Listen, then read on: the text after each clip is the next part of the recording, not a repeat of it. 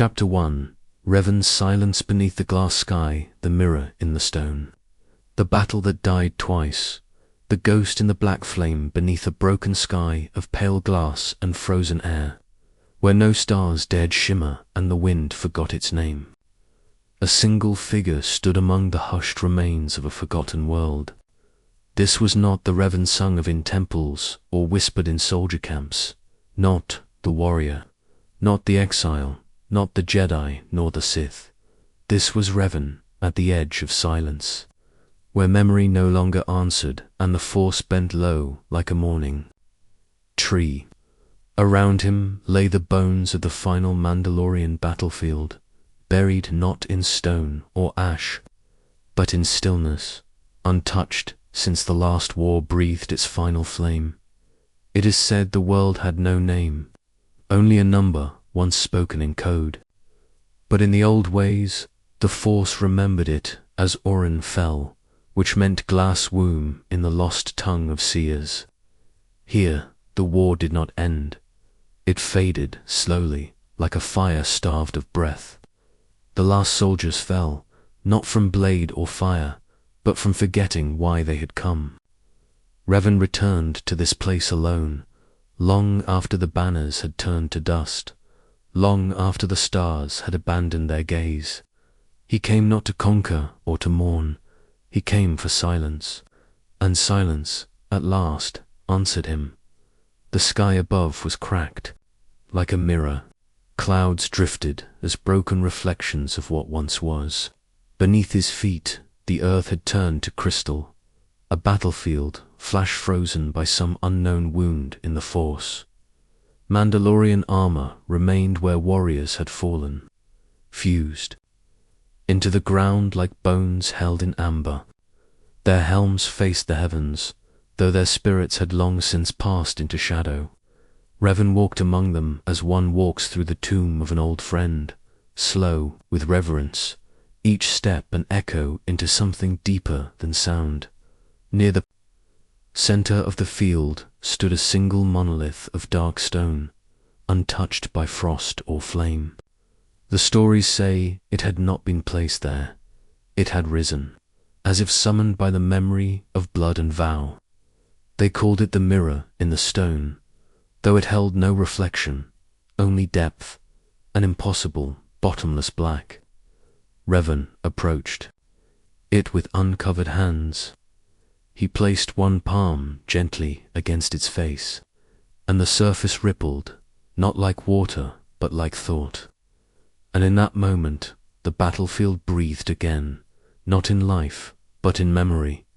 He saw them, the Mandalorians, who had once charged into fire with chants of thunder. He saw their rage, their beauty, their devotion to a code older than any republic.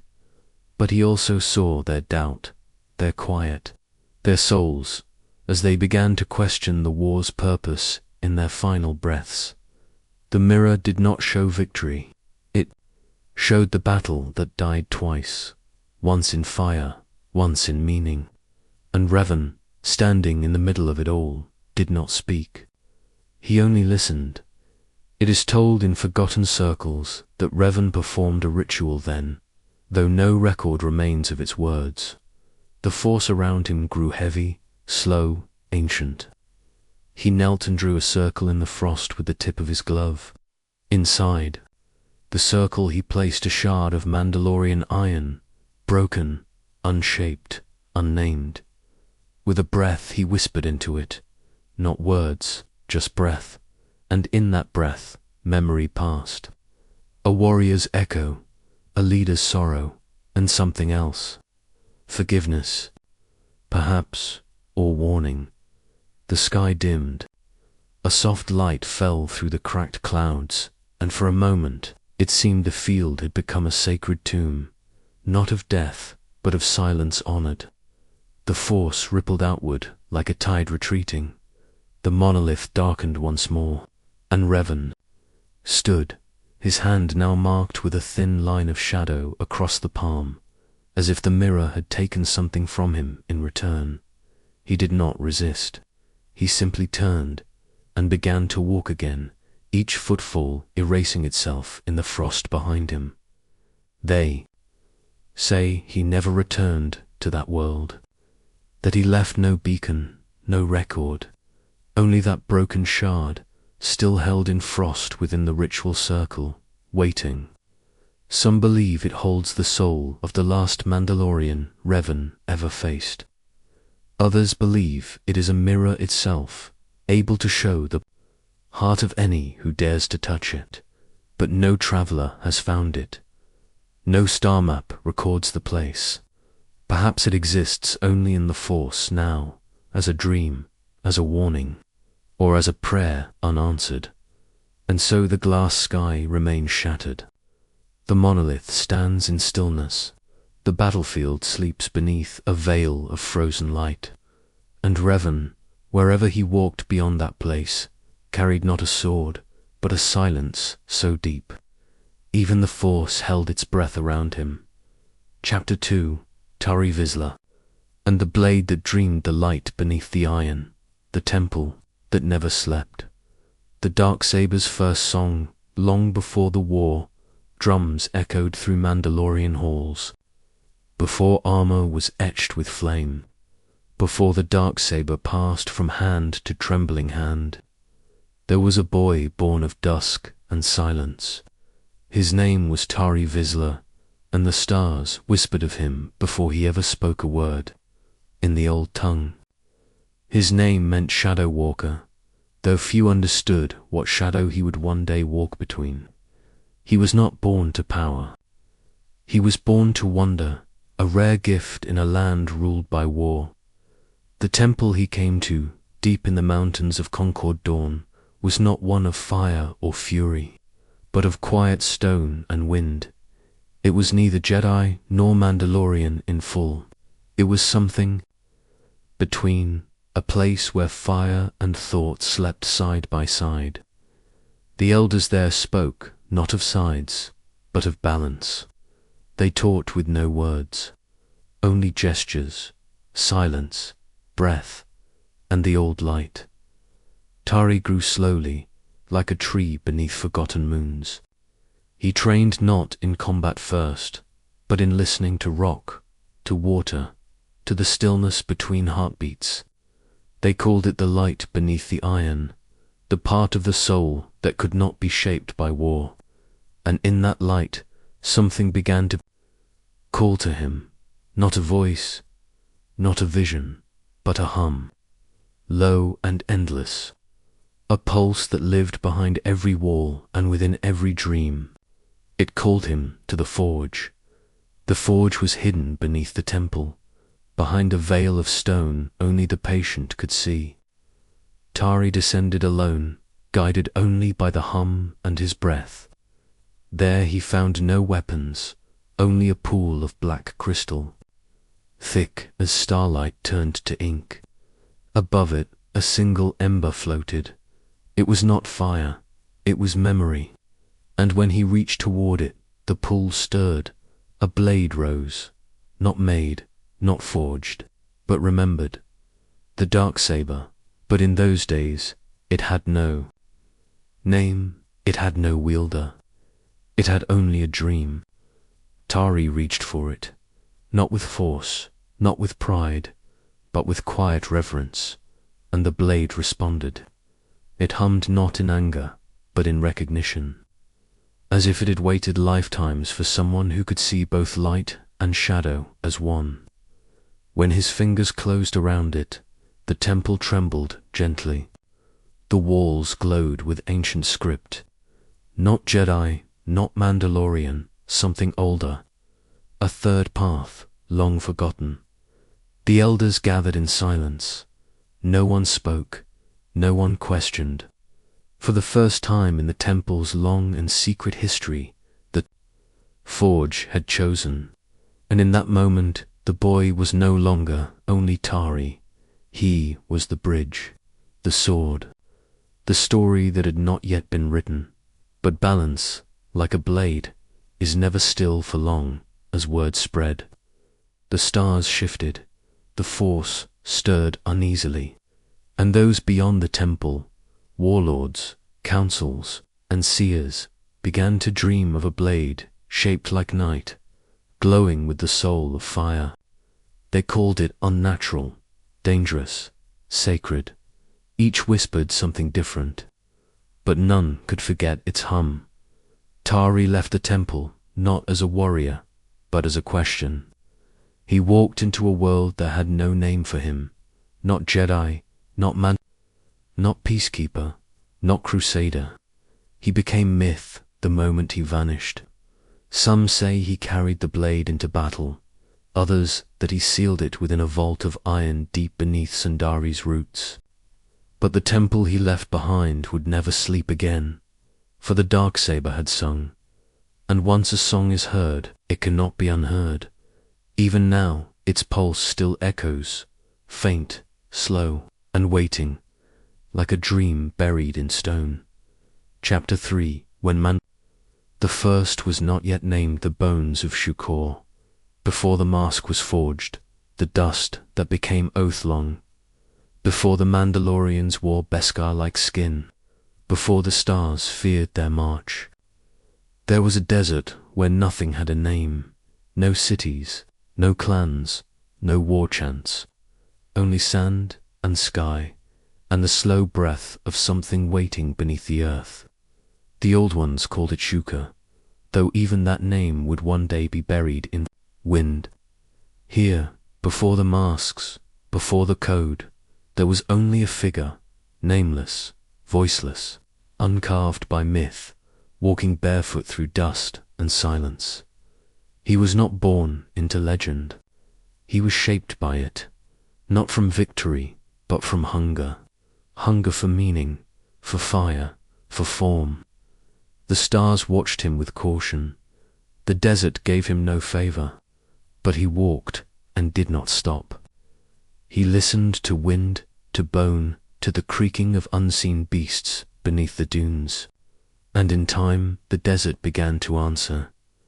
He came to a canyon made of bones, not animal, not human, but older, tall as towers, buried in half-light. This place was sacred long before he arrived.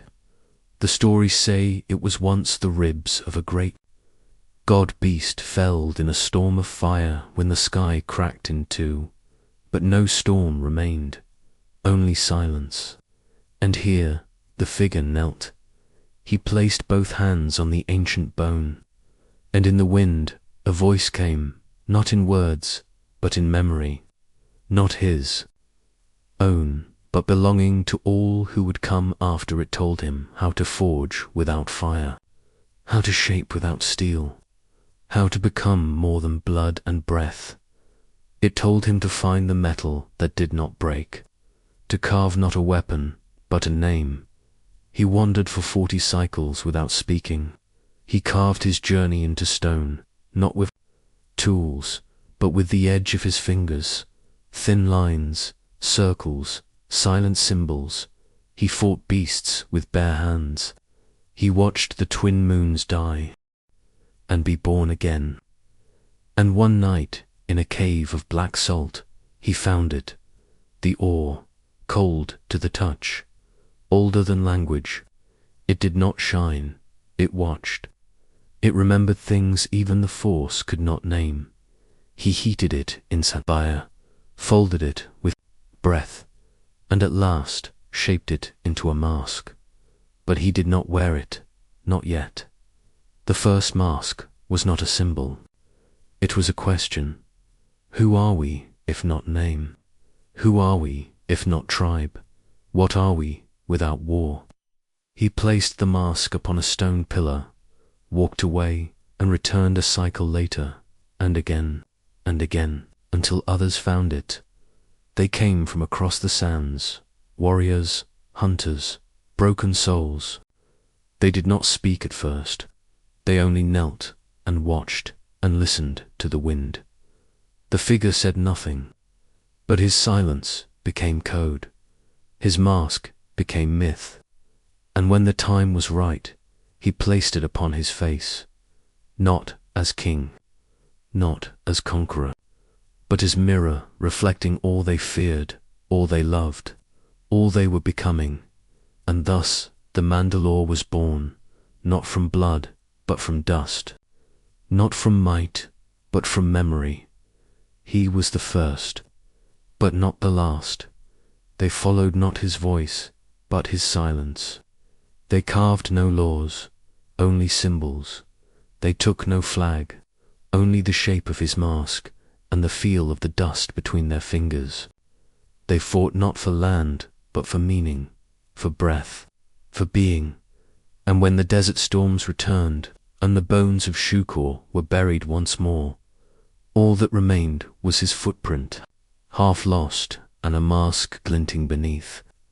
A thin layer of ashdot, it waits there still, and the wind remembers. Chapter 4.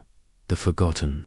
Tears of Duchess Satine, the field of silent letters, the wind that held her name, the flower buried in Armadale. Are some who lead with fire, others with blade.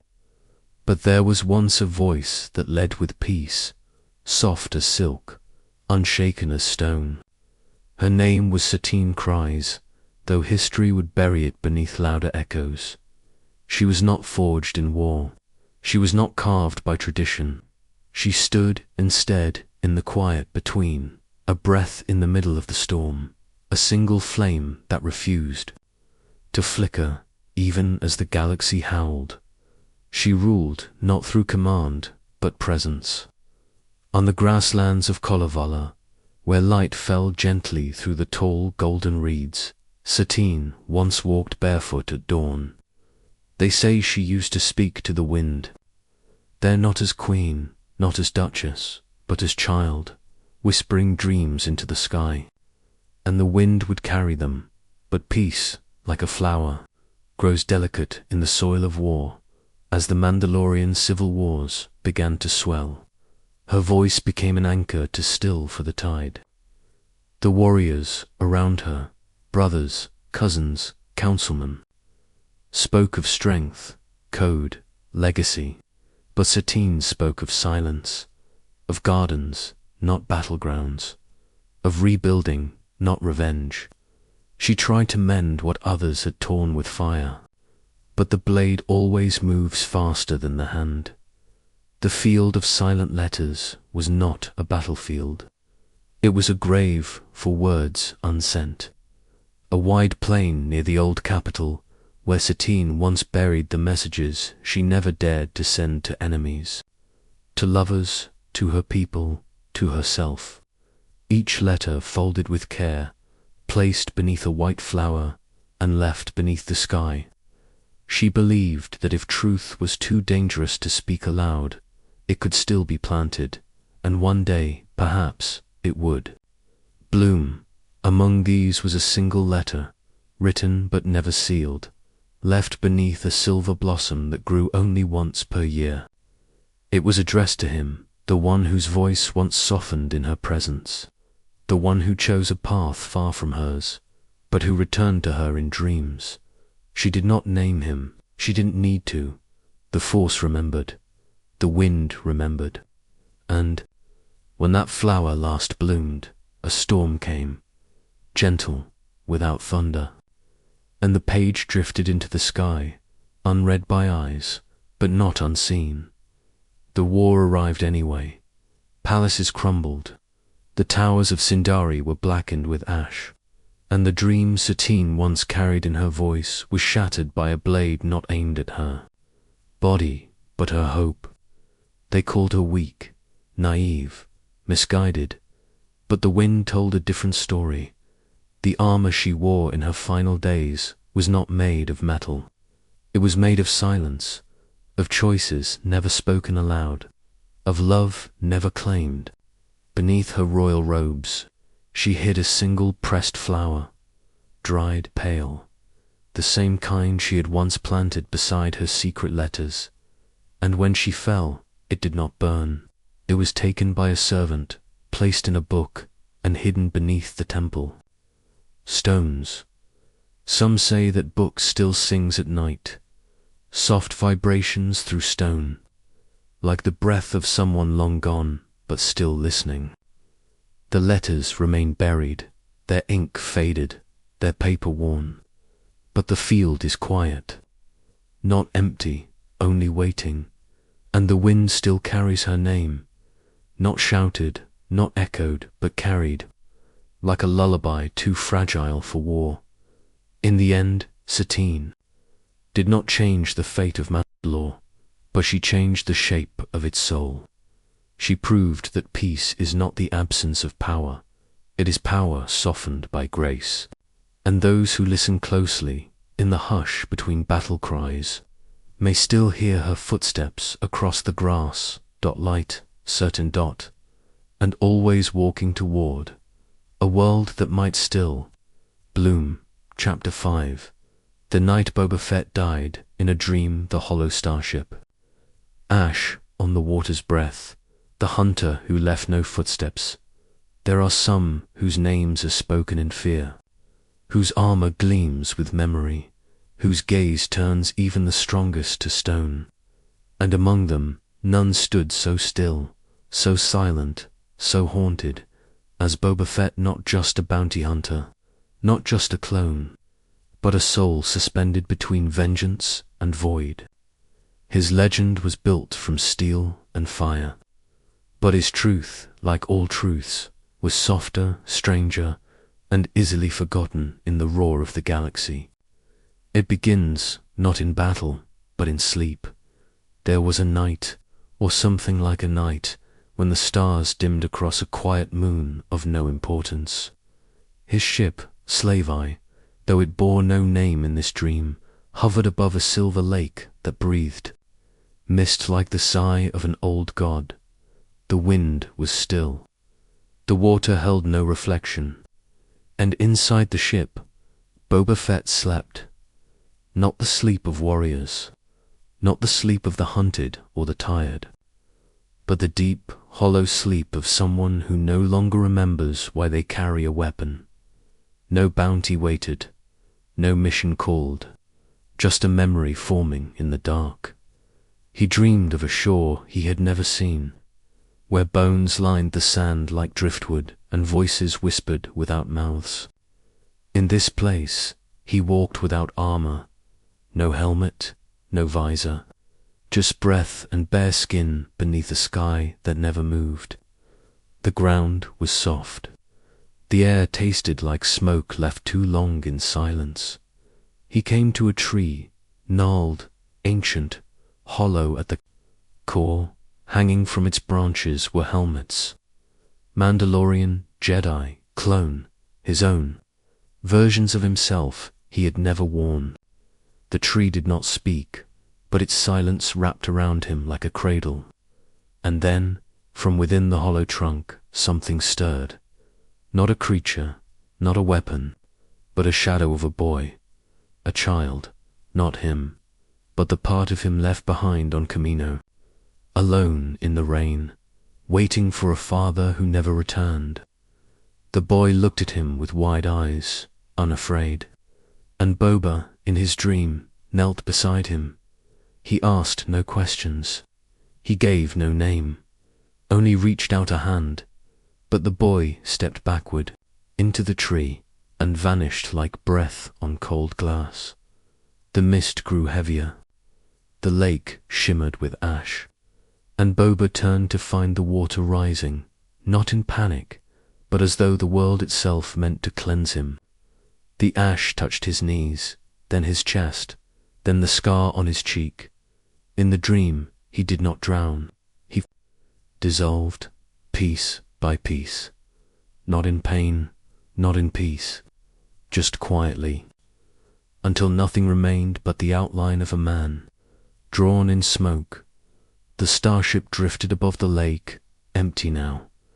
Its engines hummed low, like a prayer forgotten.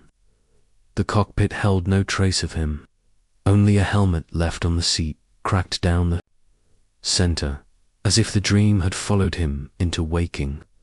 Or perhaps he never woke at all. Some say he rose again, that he walked in flesh once more, across sands and thrones and battles unnamed. Others say he died that night, not in body, but in meaning, leaving behind only the armor, the name, and the echo of a man who once hunted ghosts, but became one instead. The lake still sleeps beneath its pale sky. The mist has never lifted. And if you listen, truly listen, you may hear the sound of footsteps that never touch the ground, a breath of ash, a blink of steel, a whisper of something that was never born, but dreamed into being. And so, beneath the hollow stars, the hunter sleeps, not defeated, not redeemed, just gone. And the Force carries his story like smoke through silence. Chapter 6. The rite of Sabine Wren's flame paint on the cave wall, the promise that burned blue. She left her voice in the darkened mountains of Crowners, where the snow falls like whispers and the wind speaks in forgotten colors. There is a cave carved by silence. It sits beneath a crescent cliff, its entrance hidden behind drifts of violet ice. To most, it is only stone, but to the Force and to the few who dream in symbols, it is a memory that never faded. For once, long ago, Sabine Wren knelt inside its dark and sacred hollow and painted her heart in fire. She had come there alone, carrying no weapons, no armor, only the dark saber, wrapped in cloth, quiet and heavy with history. The war had not ended, and neither had her doubts. She bore the weight of her people, of exile and clan, of blood and duty, like a storm hidden behind calm eyes. But in that cave, far from battle cries and ancient codes, she sought not to lead. She sought to remember. The walls inside were covered in old glyphs, not written, but etched with fingers and breath, marks made by Mandalorians who came before her, before armor, before war became the only language spoken. Each symbol pulsed faintly, like embers not ready to die. Sabine lit a small flame, not with fire, but with pigment. Colors she had ground from minerals, stolen from soil, lifted from rusted temples. She began to paint, not for glory, not for record, but for truth. She painted her father's hands, the ones that once showed her how to hold a brush, not a blaster. She painted her mother's gaze, sharp, unyielding, wrapped in stormlight. She painted her brother's absence, shaped like a doorway left open too long. And then she painted herself small at first, then rising, wrapped in firelight. Around her she painted the faces of those who had stood with her. A rebel, a Jedi, a ghost in armor, a foundling, all drifting like stardust in orbit. And finally, she painted the blade, the dark saber, but not as a weapon. She painted it as light, rising from the ground like a tree made of shadow and sky. In her vision, the blade was not something to hold, but something to listen to. And as the paint dried, the cave grew warm. The snow outside melted at the edges, and the stone beneath her feet hummed, as if remembering the footsteps of Tari. Vizsla himself. Then came the flame. A slow blue flicker rose from the wall. It did not burn the stone. It did not consume the paint. It danced gently along her images, tracing the lines with reverence, as if the Force itself had come to bless her work. This was not fire from fuel. This was the fire from within, the fire she had always carried, and now had finally spoken aloud, the rite of flame. The stories call it now, a ritual passed, not through ceremony, but through courage, when one chooses to face their own soul and leave behind something true. Sabine left the darksaber in the cave that night for a time. Not abandoned, not surrendered, only rested, like a child asleep after weeping. She walked out into the snow with paint still on her hands, and silence beneath her breath. The war would return, so would the blade. But now it would return with her, not ahead of her. Years later, the cave remains, hidden, forgotten, but never truly lost. The paintings still glow faintly beneath layers of frost. Travelers who find it speak of warmth inside, even in the deepest winter. Some say they hear a voice singing in the dark, a woman's voice, low and bright, humming the colors that once burned blue. She was a warrior, she was an artist, she was a flame that chose its shape, and when she spoke, even stone listened. Chapter 7. When Jango Fett walked through fire, the chain that was never broken. The trial of the drowned son, the day he was not a father, long before the bounty, before the clone, before the war that would bear his face across 1,000 stars. There was only Jango and the fire. The plains of Concord dawn stretched out like a wound beneath the setting suns, dry and brittle, lit gold and red as if the sky itself had cracked open. In the far distance, a village burned. Its smoke moved like a memory, slow, black, rising, in silence. That was where it began. That was where he was remade. He had been a boy when the fire came. They wore the armor, the warriors of Death Watch, but their hearts were ash. They spoke of purity, of the old ways, but brought only ruin. His family stood in the way, and so they were erased, their home broken by boots, their names lost beneath helmets with no faces. Jango had run that night, not from fear, but from the gravity of survival. He ran until the stars blurred, until his legs were smoke, until only one voice remained inside him. Never again. Years passed. Silence hardened. His name became steel. Not spoken, forged. The elders of the true Mandalorians took him in, shaped him with quiet hands. They taught him the code, not as law, but as breath. The chain is strength, one whispered, and each link must choose to hold. Jango listened. He did not speak much, but his eyes were always awake. He studied the blade, the map, the weight of choice, and when his time came, he did not step forward. He stood still and let the fire come to him.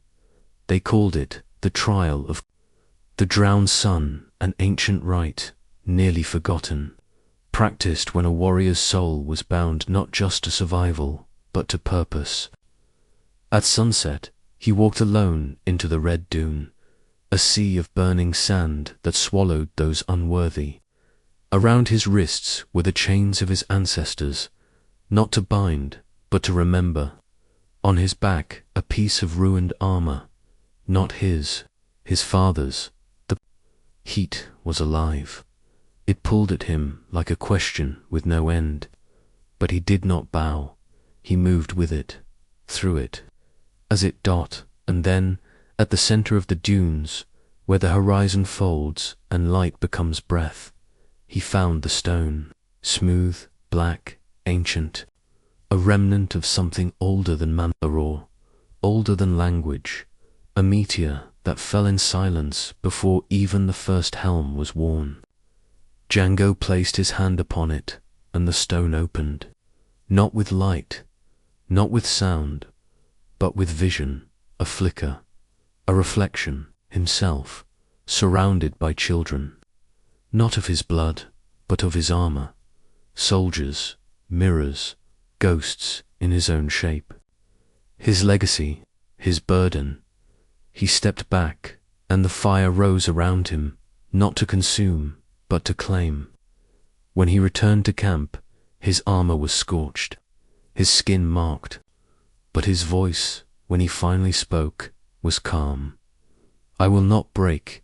In time, he became legend, not just for his aim, or his price, or the empire that would use his face, but for the quiet oath he made beneath that drowned sun. An oath he never spoke again, not even to the child he would one day call his own. They say Jango Fett was no Mandalorian. They say he was a sellsword, a rogue, a weapon without loyalty. But the stone remembers, and the fire does not lie in the deepest caves of Concord dawn. Beneath layers of ash and silence, there is still a place where the sand glows red at dusk. The stone remains, the armor still bears his burn, and the chains, once heavy with memory, rest quiet beneath the dust. And when the wind moves just right, you can almost hear his voice. I did not burn. I became Chapter 8, Bo-Katan, and the moon of the weeping helm, the song of her empty throne, what the sea refused to give back. Her reflection never returned. The moon of Kira once turned softly above the Mandalorian sea, silver and bowed, as if mourning some ancient secret it could not share. Bo-Katan came to that moon not as a warrior, not as a ruler, but as something far older, a sister, grieving in silence. She arrived alone, her ship cloaked in night, touching down where the waves met the forgotten shore. Here, long before the Clone Wars, long before the Empire, the first helms were buried, not in war, but in sorrow. This place was not marked on charts. It was known only by those who had lost more than they could carry. Bo-Katan had carried too much for too long. Her throne on Sindari still stood, but empty, echoing with the ghosts of broken trust and shattered clans. She had worn the Darksaber. She had lost it. She had fought under banners that meant nothing in the end. She had watched her sister fall, and with her, the last fragile dream of peace. Now she came here not to claim anything, but to let go. The ritual was older than Mandalore itself. It required no words, only silence and salt. At low tide, she stepped into the sea with her helm in her hands. Not the one she wore in battle, the one Sabine had once painted for her as a joke. Years before, the weight of destiny drowned them both. She walked knee-deep into the cold water, breathing with the wind, letting the tide pull memories from her skin. Each breath felt like a life, each step a surrender. She lowered the helm into the waves and whispered a name, not her own, her sister's. For a moment, the moon trembled in the tide, its reflection breaking like glass, and the sea did not return the helm. It sank with a slow, deliberate grace, claimed by the deep as if by an ancient covenant. In its place, something rose, not an object, not a sign, but a sound. The echo of a lullaby once sung in the royal gardens, back when they were girls and the war had not yet come. A song about a bird who could not choose between sky and soil. A song Satine had loved. Bo-Katan stood in the surf long after the stars turned. She did not cry. The tears had already passed, years ago, in chambers and ruins and blood. But here, on the moon of the weeping helm, she felt again, not as a ruler or a warrior, but as a soul among ruins. They say Mandalore must be reclaimed by strength, but Bo-Katan knew that strength meant knowing when to yield, and somewhere in the space between wave and breath, the sea listened to this day. If you stand on that moon's shore when the tide is low, you might see a shimmer beneath the surface, not a helm, but a memory, not a relic, but a prayer. And when the moon bows low, as it always does, you may feel her watching, not with regret, but with something quieter. Release, Chapter 9. The last vision of Mandalore, the Redeemer, the Temple of Nine Blades, a mask with no mouth. He spoke in wind alone, long after the final siege, after the Darksaber had passed between blood and silence. There came a time when Mandalore was no longer ruled by war. That age was short, as all such ages are, but it birthed one who came to be known not through conquest, but through stillness. The Mandalorians never spoke his name aloud. He wore no sigil. He claimed no house. He was called simply the Redeemer. And some say he was the last true Mandalorian to ever walk the surface of the scarred world before it was turned to ash. And memory. His legend begins at the Temple of Nine Blades, hidden deep beneath the stone crust of Mandalore. That temple was once a vault of sacred iron, a place where fallen champions were honored not with fire, but with silence. Each blade embedded in the temple's stone was forged from the armor of a warrior who had chosen mercy over victory. The temple had been sealed for generations. Its air was still, its purpose forgotten, but the Redeemer found it, or perhaps it called to him. He arrived with a mask that had no mouth. It was not broken, it was forged that way, as if to remind the world that words were no longer needed. He carried no banner, no weapon, no followers, only a quiet conviction and a memory of peace that had never been allowed to live. The doors opened not by touch, but by choice. The temple did not require strength. It required surrender. Inside, the Redeemer knelt. He did not pray. He did not plead. He simply listened, and the wind answered, not through voices or prophecy, but through a shifting of dust, a dance of fallen ash that revealed forgotten names etched beneath each blade. Names no longer remembered by the houses. Names erased by war and ego and time. He read each one, and with each name, a breath left him. Some say he stayed there for days. Others say he never left. In the years that followed, Mandalorians began to speak of strange sightings. A figure in old Beskar, face hidden, appearing at moments of great division, not to fight, but to witness, to stand still where others shouted, to watch when others burned.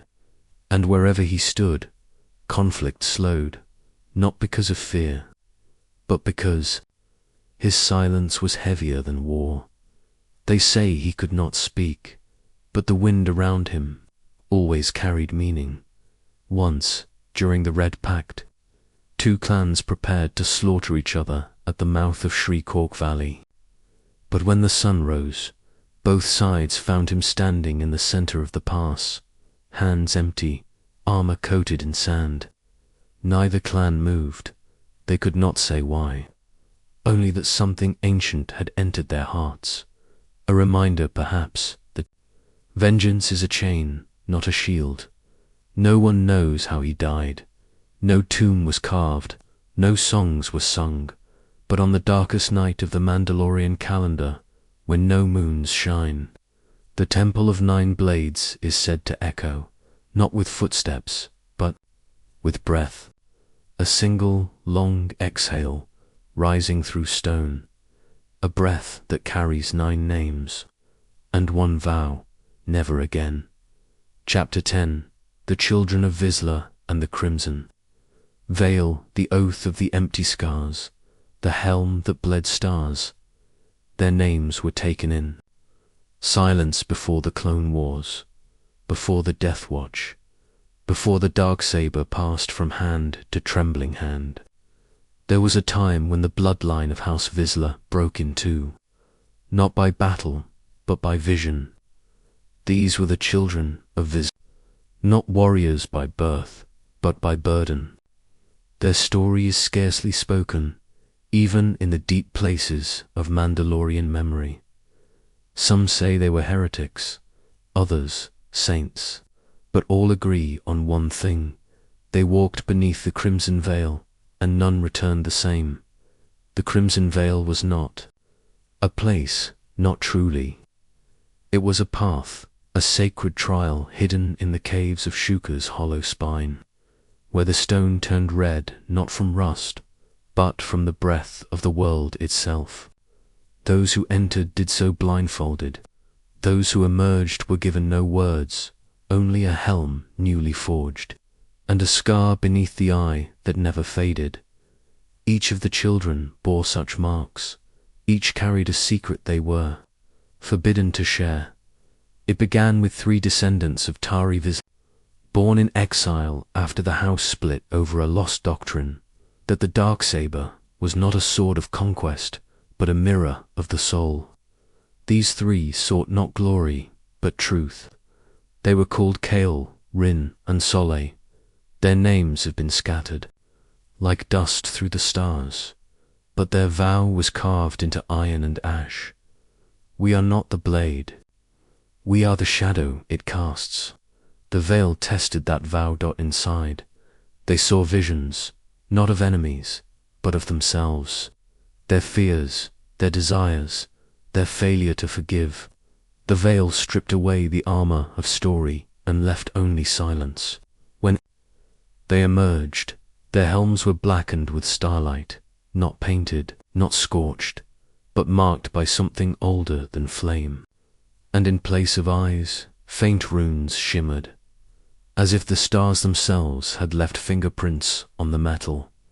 They never spoke of what they saw, not even to each other, but the clans began to fear them. Whispers rose. Some claimed they had been touched by Sith ritual. Others said they had been chosen by the Force.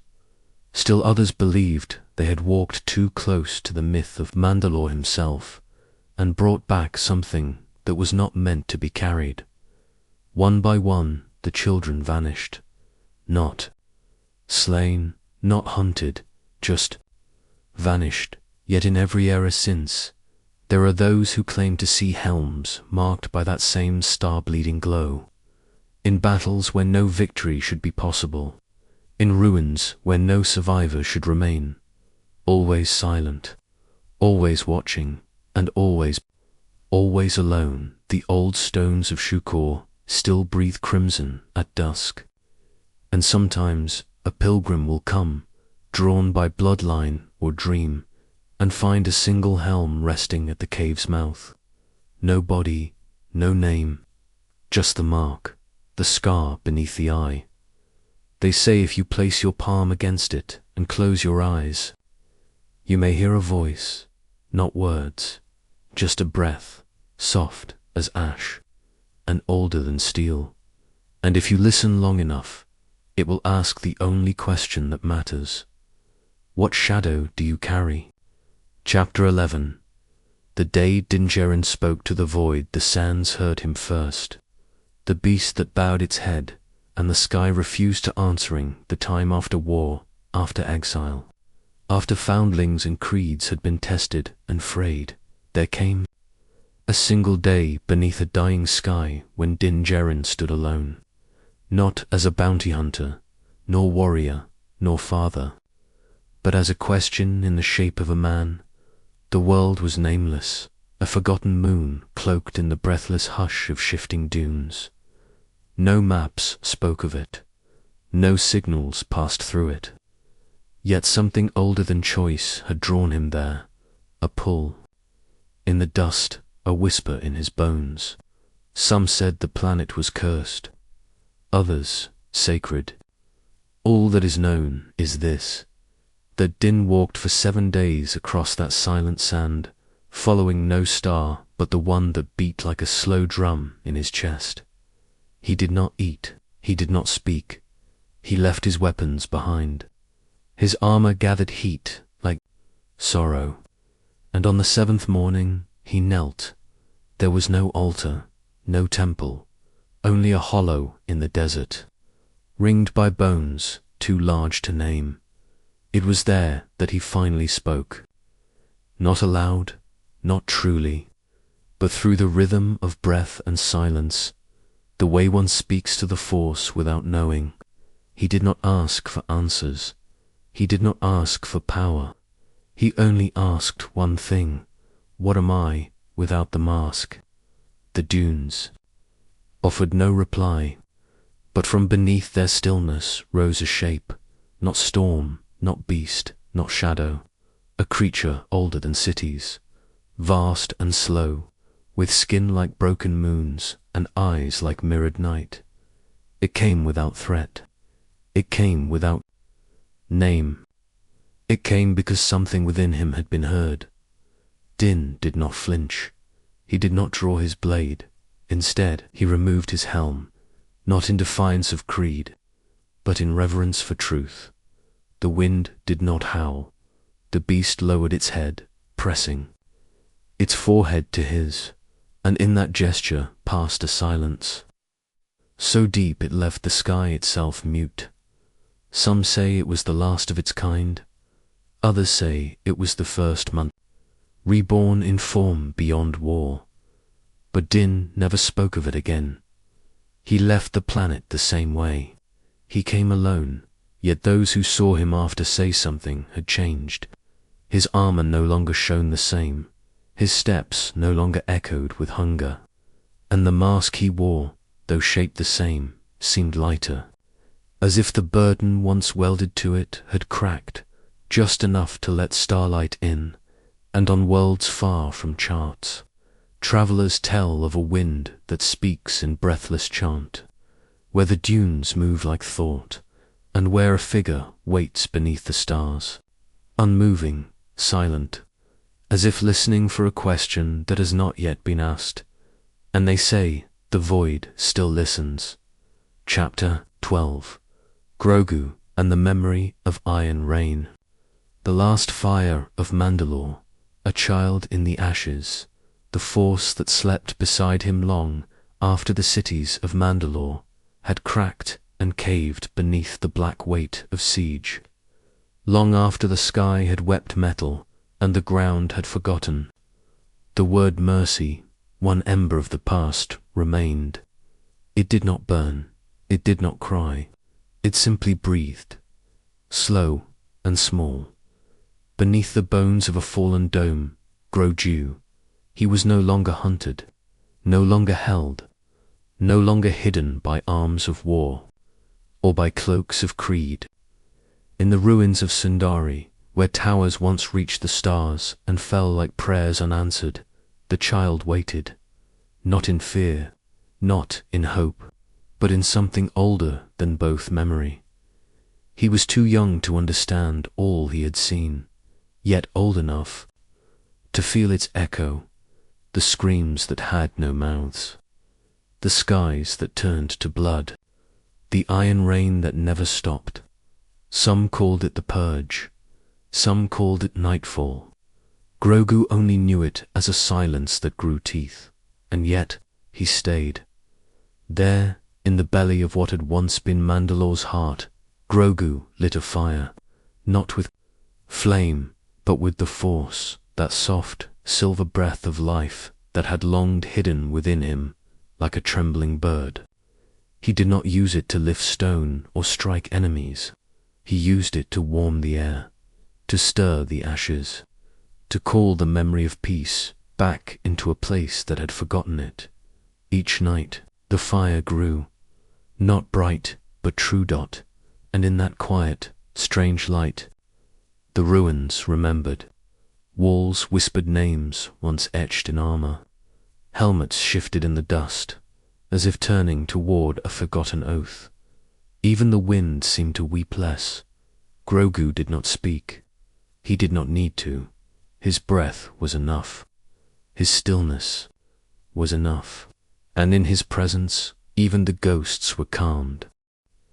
Some say he was visited by Mandalorians long dead, by Jedi lost in the fractures of time, by the Force itself in the form of a star that never rose. Others say he was simply a child, mourning without knowing, healing without trying. But one thing is true. In the very heart of Mandalore, where nothing should have survived, a spark remained. It did not shout. It did not lead armies. It did not reclaim Thron. It simply endured. And when he finally left that place, when Grogu turned from the ashes and vanished into the stars, the fire did not go out.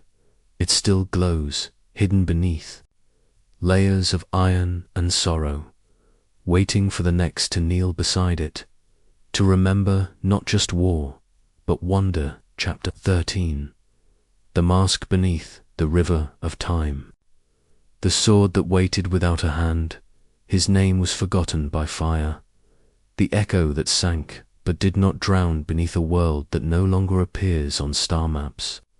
Far from the rim of any charted moon, a slow-moving river cuts through blackened canyons of stone. No sun warms it, no life drinks from it.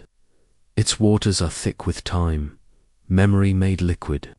It is said that those who look too long into its current do not see reflections, but things that were, and things that never had the chance to be. At the base of this river, hidden beneath layers of crystal silt and bone-pale ash, there lies a mask, shaped in the Mandalorian style, but smoother, older. No clan sigil marks it, no colors remain. Its visor is shut like a blindfold, as though the one who wore it saw without seeing. It does not rust, it does not rise, it only waits. Some say the mask belonged to a warrior who lived before the Mandalorian Crusades began, before the clans were named, before the armor was born. He had no title, no code. He fought not for war, but to guard something he loved, a temple of silence, where the Force had once poured like moonlight into stone. But when war came, when others raised blades in the name of conquest, he refused. And because he refused, he was hunted, betrayed, stripped of armor and memory. He cast his mask into the river, vowing never to fight again. Yet the mask remained. It watched centuries pass. It felt the fall of Mandalore. It heard the screams. Carried on wind, the clash of Beskar, the end of legacies. And still it did not rise, until the day the river turned silver. No one saw it, only the water noticed. But something stirred deep beneath its surface. A tremor of presence. A hand not of flesh, but of will. As if the Force itself had bent toward the forgotten. As if the story left unfinished had begun to dream again. It is whispered now among Force monks and aging Mandalorian seers that the mask is not just a relic, it is a question, a mirror for the next warrior who seeks not glory but peace. They say when that warrior drinks from the river, the mask will rise to meet them. It will fit without fastening. It will guide without words, but only if they ask not what they can take, only if they ask what they are willing to lay down. And so the river flows, slow and dreaming, and the mask waits not for a conqueror, but for someone who will remember the silence before the first. War, Chapter 14. The lantern, carried by Mandalore's ghost, the helm that burned from within the bridge of forgotten blades. He walked where no song could following. The deep stone veins beneath Mandalore's northern cliffs. There is said to be a corridor of ancient silence, a bridge carved not by hands, but by collapse, by time, by the weight of too many buried oaths. Those who wander far enough into its breathless dark speak of an amber glow, faint and flickering, as if a lantern still sways somewhere beyond the stone. But no one ever finds it. Only the whisper remains. They say it belongs to the ghost of the last true Mandalore, not a name, not a man, a soul clad in armor of memory, carrying a flame that does not burn flesh, only history. His helm is smooth and featureless. His voice is wind. His presence feels like standing in a field where a battle was once fought. Long after the blood has dried, the silence louder than any war cry. No one knows when he first walked the bridge. Some believe he died in the siege of the 9 houses, falling not to a blade, but to betrayal. Others believe he never died at all, only vanished, walking into the earth with his lantern held low, searching for the weight he once swore to carry. But the lantern he holds is not ordinary. It is said to hold the names of every warrior who ever removed their helm and wept in solitude, every vow made in fear, every moment of doubt carried like a secret beneath Beskar. It glows because of them, not in shame, but in love, the kind that cannot be spoken in front of others, the kind that shapes a people in the spaces between battle. Some warriors, late in life, return to the cliffs. They bring no armor, no weapons, only questions. They enter the stone corridors and do not expect to return. For them, it is not death they seek, but remembrance, a quiet ending to a life of fire. And in rare moments, one will glimpse the lantern in the dark, and the figure holding it. The ghost does not speak, he only listens. And if your heart is clear, if your past can walk beside your pain, the ghost may offer you a piece of his flame, not to light your way, but to remind you, you are never the only one who broke and still rose. And when the visitor is gone, the lantern sways again in silence, still glowing, still waiting for the next warrior who walks the dark not to conquer, but to understand. Chapter 15. The song buried in Sabine's armor, the cave that painted itself. Her shadow touched the stars, the color that refused to fade there. Is a cave on the moon of Concord dawn that only reveals itself once every 7 years, when the twin moons align and the ground shimmers with forgotten heat. To most, it is only a hollow, dry, cracked, filled with dust and the bones of birds. But if you enter it with nothing but silence in your heart, the walls begin to sing, not with sound, but with color. The stone glows faintly streaked in blues and reds and golds that swirl like memory. The deeper you walk, the more the color spreads, until it touches the ceiling like a painting half finished. In the heart of the cave, beneath an outcrop shaped like a broken helm, lies something softer than any weapon, a shoulder plate, small. Painted, it once belonged to Sabine Wren. Long after the wars, after the fire and exile and battlefields soaked in flame, she returned here once, not as a warrior, but as an artist. No armor, no blades, only pigment and grief. She painted the walls with what she remembered, what she loved, what she could not forget. But the cave did not let the images die. It remembered her hands. It is said she came here after the last torch of Mandalore was extinguished, after the screams had faded, and even the stars above her world had turned their backs. She brought no audience, only silence. And in that silence, she poured her sorrow into color, not to be seen, not to be understood, but so that something might outlive her. Those who stumble into the cave now, usually by accident, do not always know her name, but they feel something in the colors. They feel the ache, the hope, the terrible beauty of remembering too much, and sometimes, if the moonlight touches the stone just right, the armor she left behind hums faintly.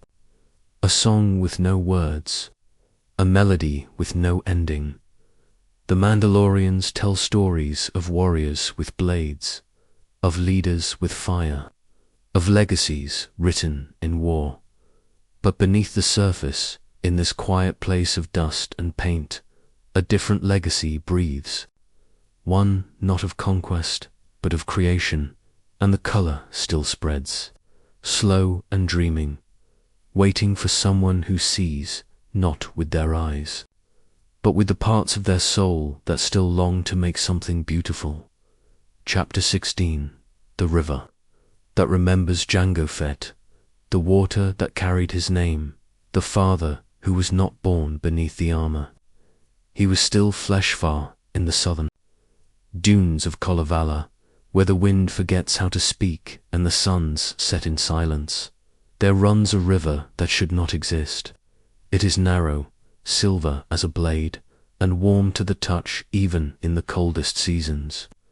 The old tribes once called it Vesh, Dainu, the river of becoming, for it never carved through stone, but through memory. The water does not reflect the sky. It reflects the past. There is a story told in whispers, spoken only among those who wear no crest and claim no clan. They say Jango Fett came to this river in secret before the war, before the galaxy turned him into myth.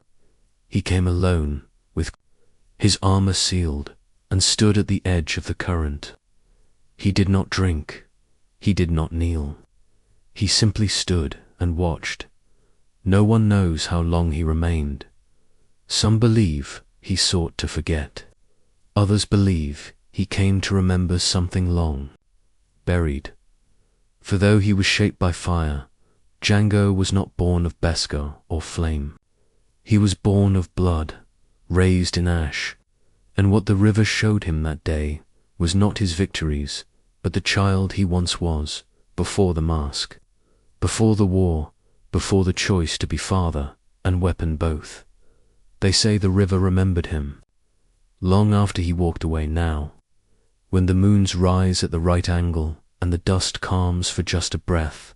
The river runs slightly deeper, and if you listen carefully, you may hear something beneath the current, a heartbeat, a lullaby, the voice of a child calling out from long ago, not in fear, but in longing.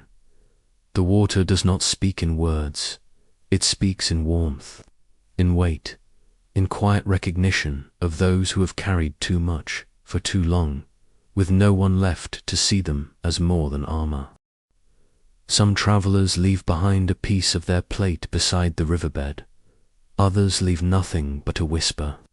But all who stand there feel the same thing, a loosening, a letting go, as if even the river understands. He was not just a bounty hunter, not just a soldier, not just a legend repeated by those who never knew his silence. He was a man, a father, a shadow that once held a child in his arms, and the river still remembers him, even if the stars no longer do. Chapter 17. The Throne. Bo-Katan never claimed. The empty crown of iron, the window that faced no sunrise, her silence spoke of storms, a lonely spire of shattered basalt. High above the weeping cliffs of Senderi's ruins, there stands a throne carved from the spine of a fallen basilisk. Droid, no one sits there now. No one has in many cycles. It is cold, untouched by sun, veiled by wind and time. The birds do not land on it. The shadows do not cross it. It waits not for power, but for understanding. They say Bo-Katan once stood at the foot of that throne, after the silence of the Empire. After the ash of Mandalore fell quiet, she stood not in victory, but in grief. The dark saber was not in her hand. Her people were scattered. Her sister was long gone, and the name cries had become a word no one dared to speak above a whisper. She did not ascend the steps. She looked at the throne for a long time, a time too long to measure in hours, and then turned away. Some saw her do it. Others say the story is only a metaphor, a lesson carved in myth. But those who knew her voice say it was the loudest silence they ever heard, because Bo-Katan did not want to rule a grave. She had led in fire. She had led in vengeance. She had carried the blade, the sigil, the song, but the throne was not her truth. Her truth was the space between choices, the sorrow between victories, the breath she held when no one else was watching. The throne remains, empty, covered in dust that will not settle, marked only by a handprint on the cold stone where once, just once, she rested her palm before leaving, and below, far below, the the city lies in ruin. But sometimes, when the wind changes direction, voices echo faintly across the cliffs. They do not chant her name. They do not beg her to return. They only whisper, "She walked away." And the sky above the throne, once blood-red with fire, now remains pale, still, as if waiting for the day a leader returns, not to rule, but to remember why they chose not to. Chapter 18. Grogu and the Memory of Iron Rain, the Last Fire of Mandalore, a child in the ashes, the force that slept beside him long after the last cruiser fled the sky. After the forges dimmed and the banners fell, long after even the warriors stopped speaking the old names, a single pod drifted down into the silence. It landed where no light dared remain, a crater of scorched glass and rust. Once a garden, once a home, the trees had burned, the soil had hardened, the iron rain had come, but the Force had not abandoned this place. Not completely, not yet. The pod opened, and inside was a child, small, quiet, and alone, yet not afraid. His name was Grogu. He did not cry. He did not call. He simply stepped out onto the ash and listened above him. The stars whispered stories they had not spoken since the time of the old tongue. Below him, the bones of warriors whispered in dreams. The planet remembered. It always had, and the Force, though wounded, flickered faintly beside him, like a candle under glass dock grow. Gu walked through the ruins, past the broken mask still clutched in a gauntlet, past the tower split in two, past a banner torn in windless air. He walked not to find anything, but to feel. They say he touched the earth, and where his fingers pressed, moss returned. They say he hummed once softly, and the broken archways no longer trembled. Some believe the myth ends there. A child in the ashes, wrapped in the silence of a forgotten creed. But there is one more story, one only the stars remember. Beneath the ruins of the great forge, Grogu found a circle of unburned stone, a place where even the bombs had bowed. He curled into its center and slept, not out of fear, not from exhaustion, but as a vow, a promise to the world that gave him nothing, yet left behind everything. A promise that the past would not be buried, that the old names would not be forgotten, that the fire of Mandalore, though drowned in metal and smoke, still glowed quietly in him, not as a flame, but as warmth. And so he sleeps still, in the deepest chamber, beneath the scar of iron rain, not lost, not gone, simply waiting, dreaming, beside the Force, not to return as a warrior, but as a whisper, a seed, a breath that will remember when all others have forgotten.